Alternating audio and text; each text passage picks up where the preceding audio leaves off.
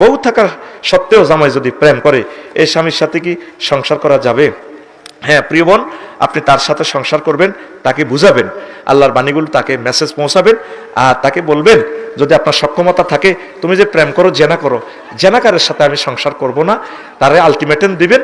আর আপনি একটা ভালো স্বামী ফ্যামিলিকে বলবেন আল্লাহর পক্ষ থেকে যাতে একজন ভালো স্বামী আনে, আপনি তাকে আলটিমেটাম দিবেন, দেখো তুমি আমাকে তালাক দিতে হবে, তালাক দিয়ে দাও, তুমি জেনা করো।